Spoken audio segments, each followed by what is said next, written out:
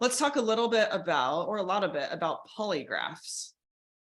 Dun, dun, dun. Dun, dun, dun. The good, the bad, and the ugly, right? Let's talk about polygraphs. Yeah.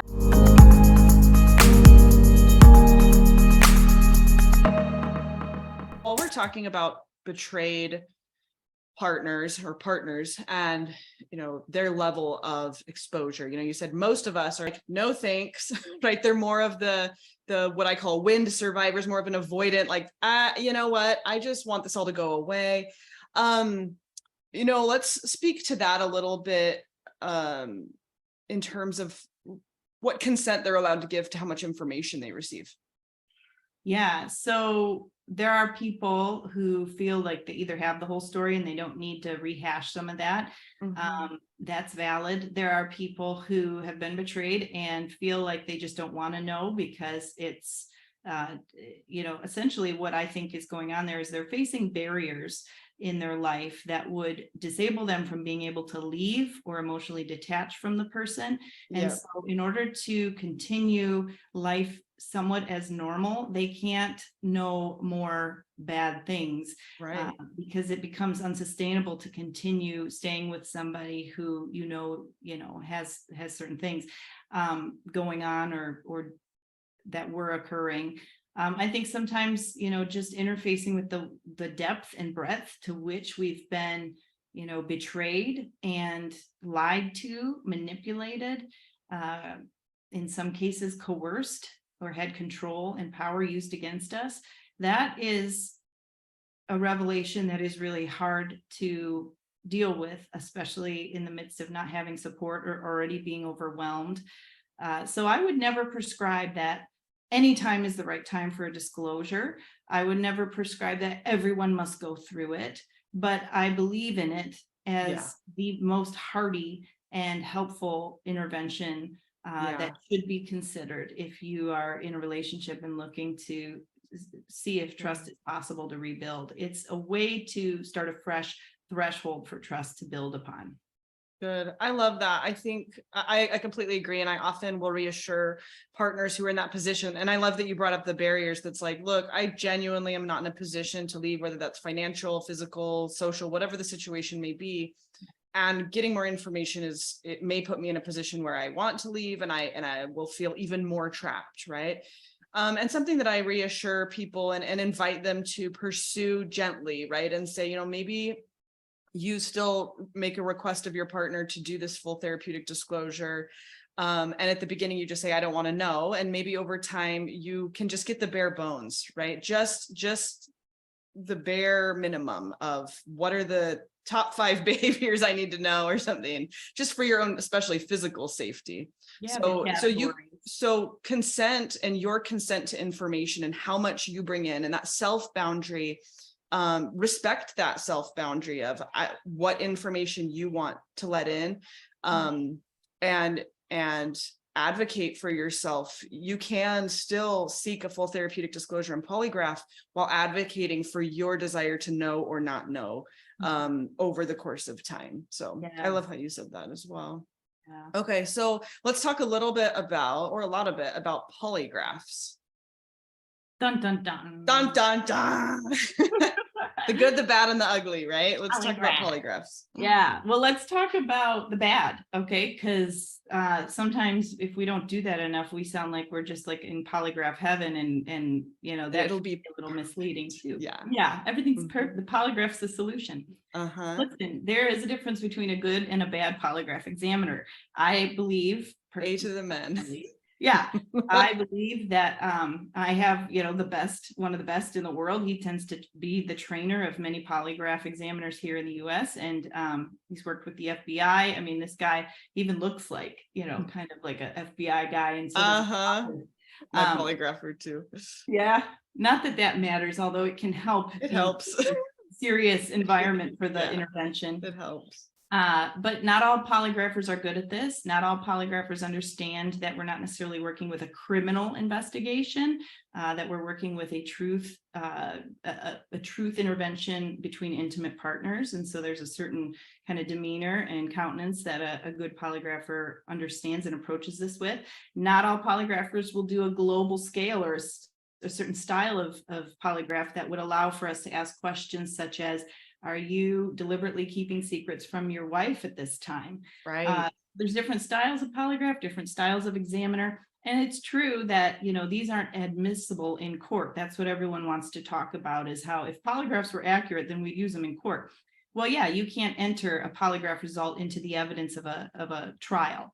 But you better believe they use polygraphs in the court system. I mean, that's Right. what my polygraph examiner does most of his time. Mhm. So they're incredibly important when done right and when done well. And the way I use it is very different than other folks. At times I see value in different approaches here, but I'll share mine. Yeah. And my approach is that I do not do a polygraph before the disclosure. And the reason Oh, it's different. Yeah. yeah, that's specific because before the disclosure, the partner hasn't been given the rest of the information in order to synthesize that information and generate questions about it. I want her questions covered on the polygraph. So I Yeah. do a polygraph afterward that includes the full process of the disclosure, which in my 3-day intensive is a day and a half long. And Mhm. so that covers everything from what he read in his disclosure document to everything he responded to regarding her questions and my questions, and even the interview that the polygraph examiner conducts ahead of hooking him up to all the polygraph chair stuff. All of that gets covered by the exam, and then we're able to feel like what's being covered then is relevant to the most recent disclosure and the totality. Yeah. Furthermore, I have the partners share with me any remaining concerns, and I'm also notating my own concerns regarding areas that may not have been thorough from the disclosure's point of view. And this all gets put into the interview. My examiner will then, conduct a really hardcore interview around the things that still seem like an open case to the partner or even potentially to me. And then the partner is also involved in writing the relevant questions or the questions that are measured when they're conducting the charts of the polygraph. I think those are really important elements, because if the partner's not involved at that level, how can he or she know that the exam is indeed covering the areas of concern that are important to them? Because you could go take a polygraph and the relevant questions could be, hey, is your favorite color blue or red? That's correctly forensically worded question, but the idea is we want to make sure it's covering what matters to the partner. Right. I love that. And I think that the way you're describing that would alleviate a lot of the heartache that I've seen come from polygraph experiences that I've heard, right? Because you probably do hear, and I hear some of those negative experience with polygraph. So that's interesting. So the way that I've been trained to do it and historically done it, I'm a therapy sabbatical right now, but so just to give everyone a different perspective, is oftentimes he'll fit the betraying partner will finish the disclosure, the document, go to the polygrapher, get a pass or a fail. And if it's a pass, then they're then permitted to read that to the betrayed partner.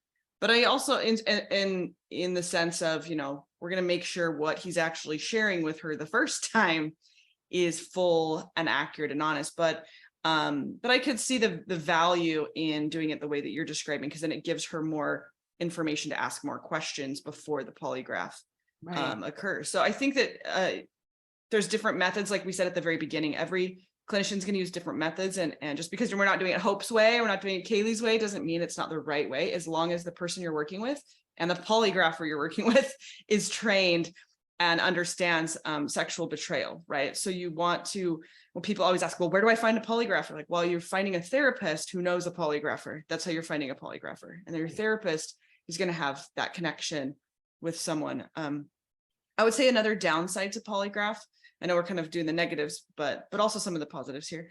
And it's maybe not really a downside as much as something to be aware of. And I used to actually be against polygraphs. Oh, I didn't know that. Probably like 7 years ago. And my reasoning behind that was that I had met with many people who had lost complete touch with their inner polygraph because of the polygraph and the disclosure experience.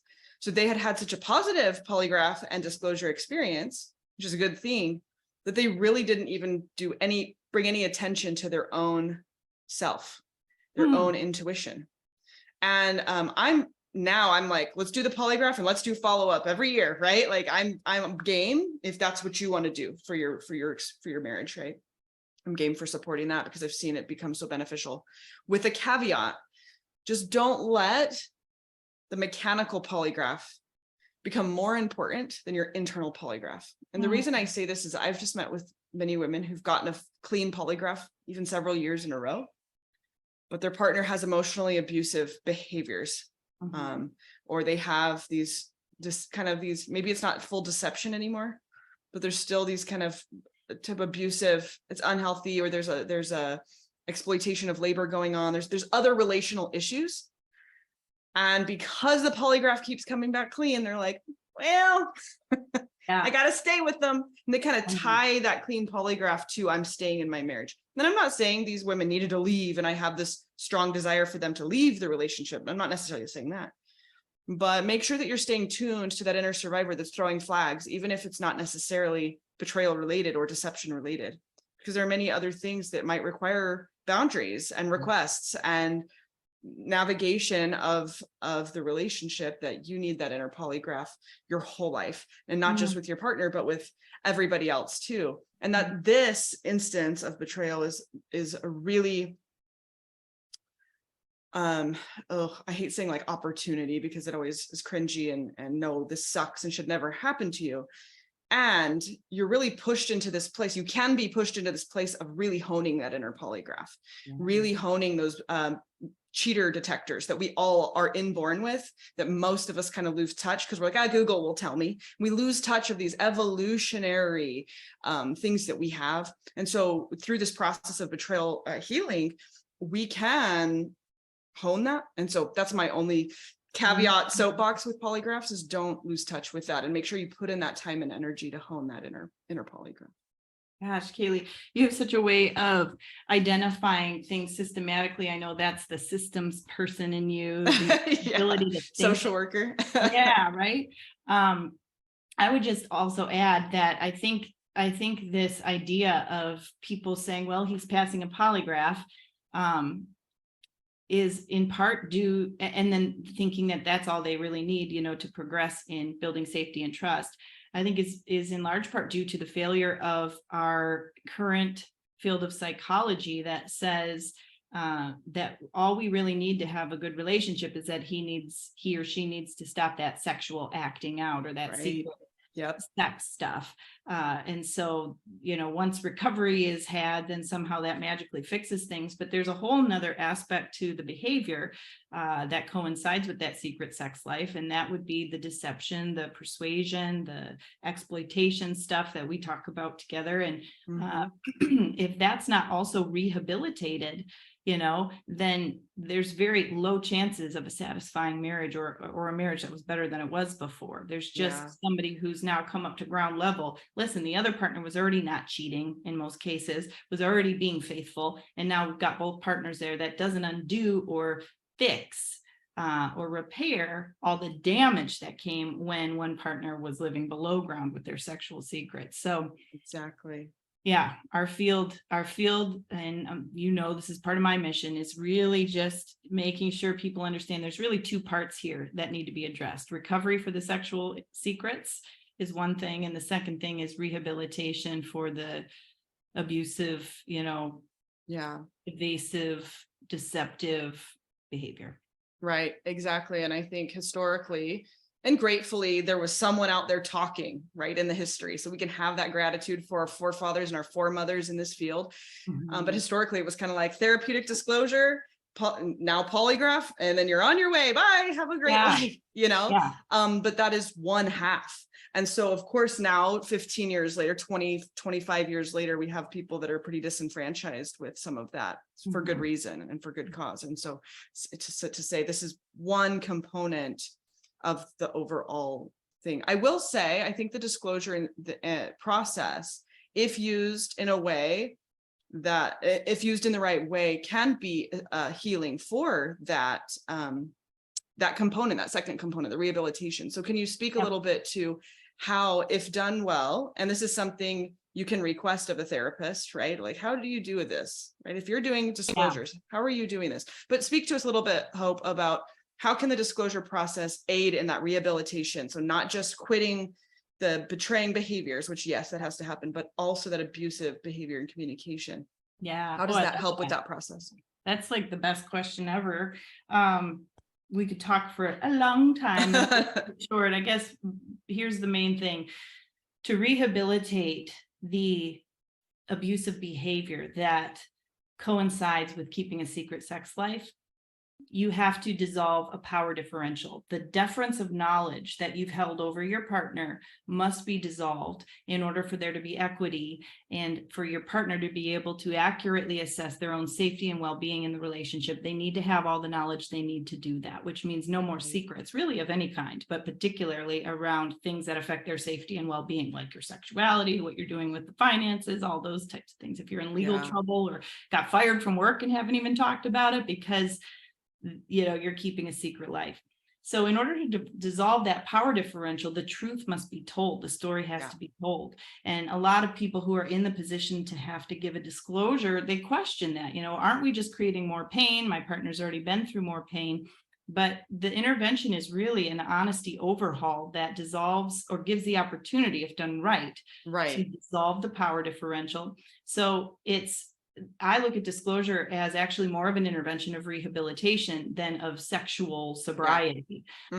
It's kind of a blend, because in order to do a disclosure, a lot of people are in some level of recovery at that point and may have found ways to stop their secret sex life, but not always is somebody way far down the road. I really don't believe in readiness to do a disclosure so much as I believe in willingness. There are some therapists who will require a certain period of sexual sobriety, or they'll require certain level of insights and recovery knowledge in order to do that. But recovery knowledge is really much more for the person struggling with that sex stuff. And I call it sex stuff because it's not always a sex addiction. In many cases, it could be, but they need to be able to, in order to attend to the relationship, be able to give a full account of the story. And that's what helps begins to dissolve the power differential. Yep. I love that. And for me, in addition to that, that leveling out of the playing field that then provides that shift in power and control. It's kind of what you're saying. In addition to that, I think that it can be an opportunity for a person to like and this is maybe less with the intensive and more with the ongoing therapy afterwards that you might do. For me, I do it kind of blended in with the disclosure, which is as we're going, guess what's digging up? We're digging up trauma after trauma after trauma, and we're reprocessing those traumas as we go. So that rather than I can't even talk about this event, I can have a regulated conversation about what happened to me here and here and here, and not in a way like you said. It's not necessarily that the disclosure is one of listen to my bad life and how hard it was for me, but there are events that are traumatic. Like first exposure to pornography is often traumatic to the nervous system of a young child, and so sometimes those kind of events will reprocess and we'll see that have that trickle down effect of more empathy, less shame. Also, shame is going to be depleted just in the intervention of full honesty, right? If we bring we bring things into the light, then we have shame dispersed. So there's so many parts to that process that can be really healing and transformative, that includes into that rehabilitation as well. I agree. So awesome. Okay, I did have one last question. I know we're about to run out of time. If you guys are here live and you have questions, I see a couple of people commenting. If you have questions, drop them below. We're going to get to those in a minute. But my last question is, when would be a good time? I mean, you kind of touched on this already. When do we do the disclosure?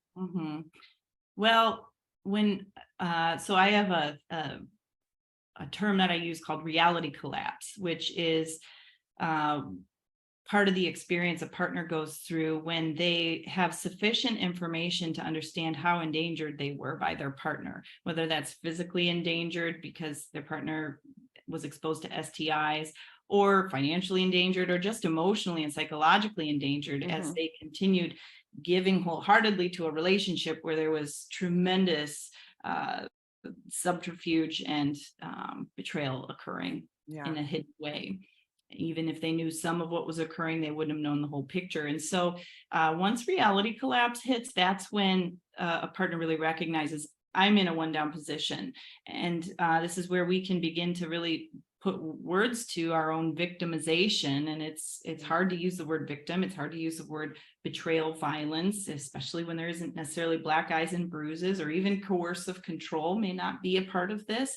But the evasive maneuvering of your partner's reality to keep them from knowing things they need to know as they continue bonding and attaching to you, that is violence. And it's violence for a lot of reasons. We could talk more about that. But the point is, when somebody hits that place and they say, oh my gosh, this is bad, they have sufficient information, even if it's not the whole, they don't know everything, every acting out incident or every style of acting out, but they know enough to say, wow, this is much worse than I thought it was. It's much more serious.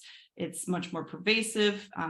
It's been going on, for a longer time, maybe than I thought. Whatever kind of information that gets them to the place where their reality collapses and they say, this is no longer sustainable for me. That's when it becomes important to get to disclosure in most cases quite quickly. And that's why I like running a 3-day intensive, because that intensive allows us to really house that and prepare for it intensively and make it happen sometimes sooner than you can do, in other settings like outpatient.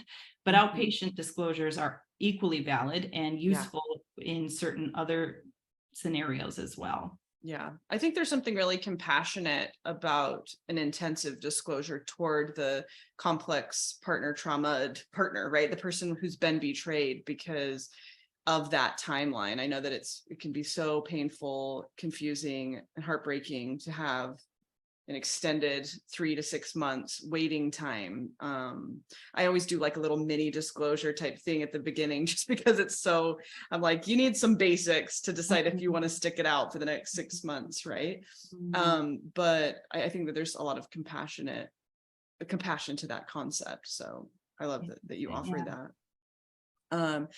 And I agree, right, that at that reality collapse, I call it surrender and support. It's that moment of like, I can't do this anymore by myself, right? Like that recognition of, I'm not safe. This is actually really bad, and I've got to seek support elsewhere. Is a good moment, right? That reality collapse. And that's where, a lot of times people have already heard of disclosure, been asking for a disclosure, but once reality collapse really hits, that's when it's like, if I don't get this by a certain time, I don't know if I can continue this. Yeah. Okay. Hope, thank you so much for all of this amazing information that you're willing to come and provide your time and your energy and share with our community here.